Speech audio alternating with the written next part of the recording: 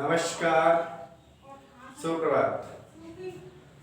साहित्य की विद्यार्थियों का मैं कुमार संतोष महाविद्यालय के YouTube चैनल पर हार्दिक स्वागत, वंदन और अभिनंदन करता हूँ। आज फिर हाजिर हैं हम आपके लिए एक नूतन विषय को लेकर, चूंकि आपको सर्वविदित है कि आपके पाठ्यक्रम में सम्मिलित लघु सिद्धांत कौमुदी का शुभारंभ हो चुका है।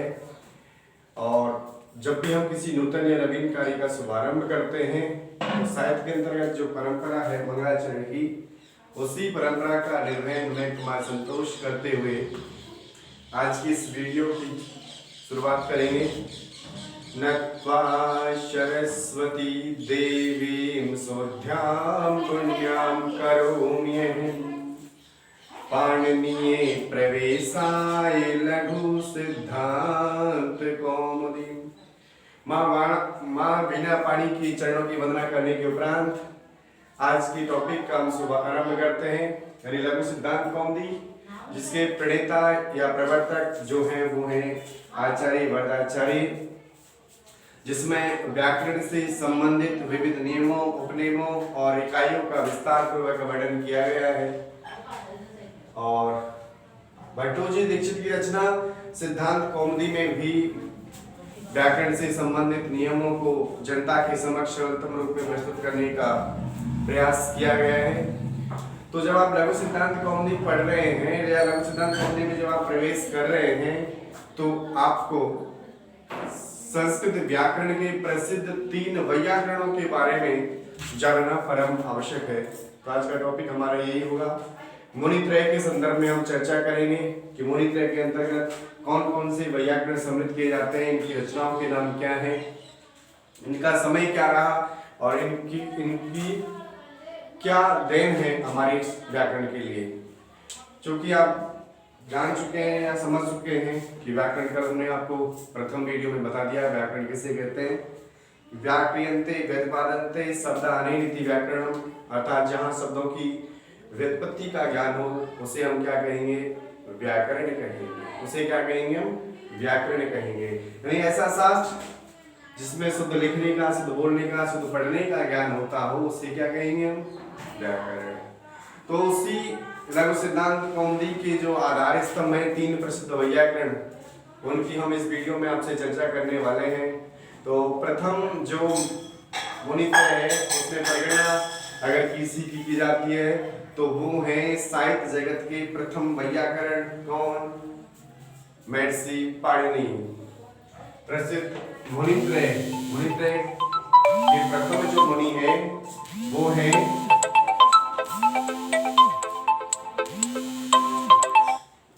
है महर्षि पाणिनि।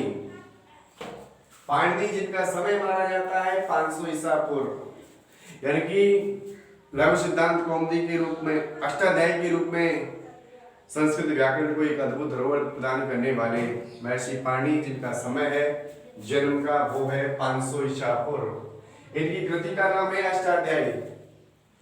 महर्षि पाणिनि की जो रचना है, जो कृति है, उसका नाम क्या है, अष्टाध्यायी। नाम से स्पष्ट हो रहे हैं कि इसमें 8 अध्याय हैं और प्रत्येक अध्याय में 4-4 पाद है, कुल 32 पाद हैं।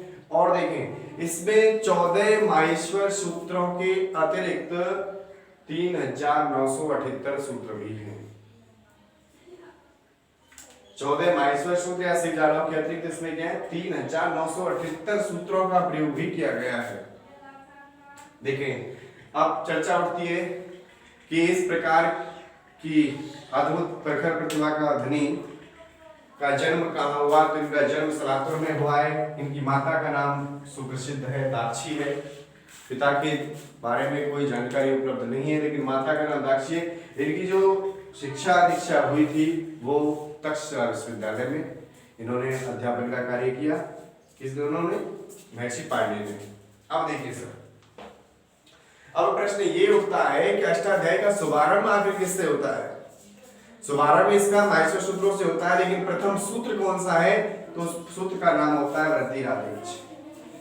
अष्टाध्यायी का जो प्रथम सूत्र है उस सूत्र का नाम क्या है, वृद्धिरादेश। और अंतिम सूत्र कौन सा है, ए। ये भी प्रश्न ज्यादा पूछा जाता है कि अष्टाध्यायी का शुभारंभ कौन से सूत्र से होता है, यानी प्रारंभ कौन से सूत्र से होता है, या प्रथम सूत्र कौन सा है, तो सूत्र का नाम होता है वृद्धि राधेच। अंतिम सूत्र ए है। अब जो दूसरे मुनि हैं, मुनि त्रय के अंतर्गत दूसरा जो नाम आता है, दूसरा जो मुनि है जिसका नाम श्रद्धा पूर्वक सम्मान पूर्वक लिया जाता है संस्कृत व्याकरण में, तो उस मुनि का नाम होता है कात्यायन।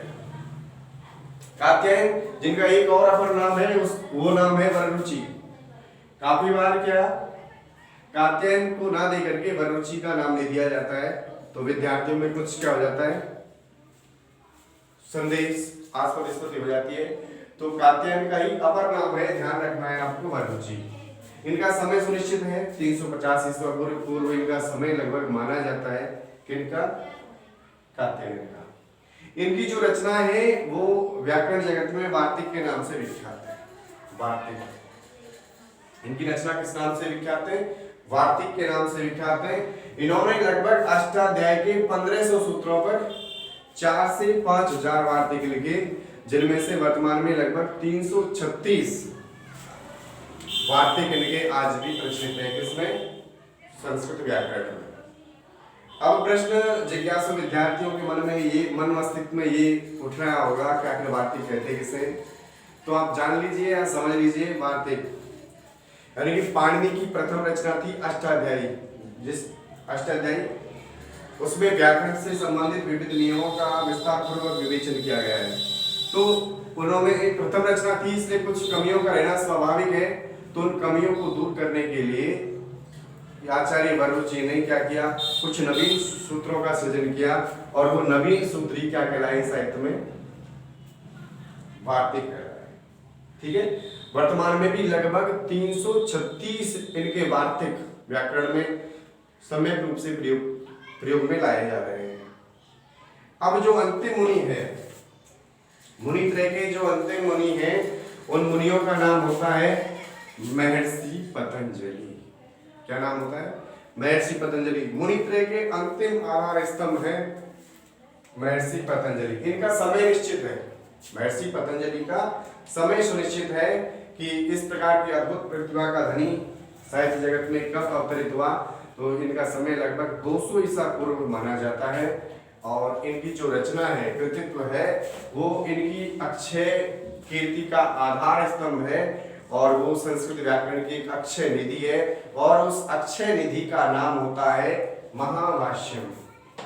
महाभाष्यम महर्षि पतंजलि की अद्भुत रचना है, जिसका विभाजन 84 या 85 आने में हुआ। ऐसी मान्यता है कि इस ग्रंथ का सृजन महर्षि पतंजलि के द्वारा महज 84 या 85 दिनों में किया गया। तो ये है आपके मुनि त्रय, तीनों मुनि। आप यदाकदा विश्वविद्यालय की परीक्षाओं में इस प्रकार के प्रश्न पूछे जाते हैं, किस प्रकार के, कि मुनि त्रय के जो मुनि त्रय है उसमें कौन कौन से मुनियों की परिचर्चा की जाती है।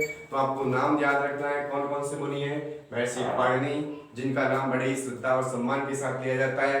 समय इनका सुनिश्चित है क्या? 500 ईसा पूर्व। रचना इनकी आपको ध्यान रखनी है, उस रचना का नाम होता है अष्टाध्यायी, जिसमें 8 अध्याय हैं, 3978 सूत्र, 14 माहेश्वर सूत्रों का प्रयोग अगर किसी रचना में हुआ है तो उस रचना का नाम होता है अष्टाध्यायी।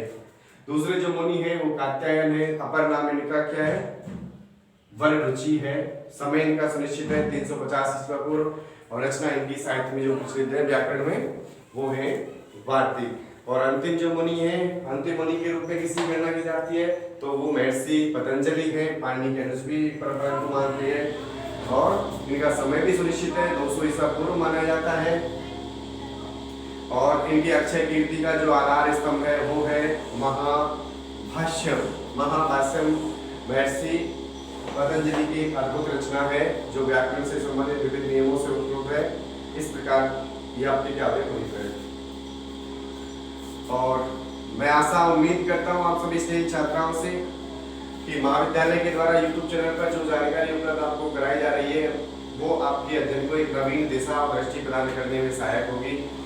आशा करता हूँ कि आप अपने अध्ययन में इन वीडियो के माध्यम से गति प्रदान करेंगे और अपने अध्ययन को जारी रखेंगे। देश वैसे कोविड-19 के दौर से गुजर रहा है, वैसे इस प्रकार की समस्याएं जीवन में आती जाती रहती हैं। समस्याएं आएंगी तभी तो हम निखरेंगे, क्योंकि कहा गया है ये जीवन है साहब, उलझेंगे नहीं तो सुलझेंगे कैसे, उलझेंगे नहीं तो सुलझेंगे कैसे, टूटेंगे नहीं तो बिखरेंगे कैसे। हौसले हमारे, ख्वाब भले हमारे टूटते रहे पर हौसला हमारा जिंदा हो।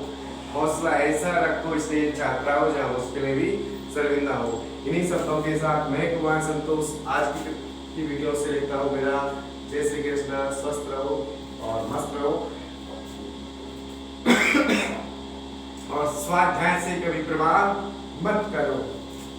इस वैदिक उक्ति है कि हमें स्वाध्याय से कभी प्रमाद आलस नहीं करना चाहिए। तो आपसे उम्मीद करता हूँ, आशा करता हूँ कि आप अपने अध्ययन को इसी प्रकार से करेंगे। जय श्री कृष्ण।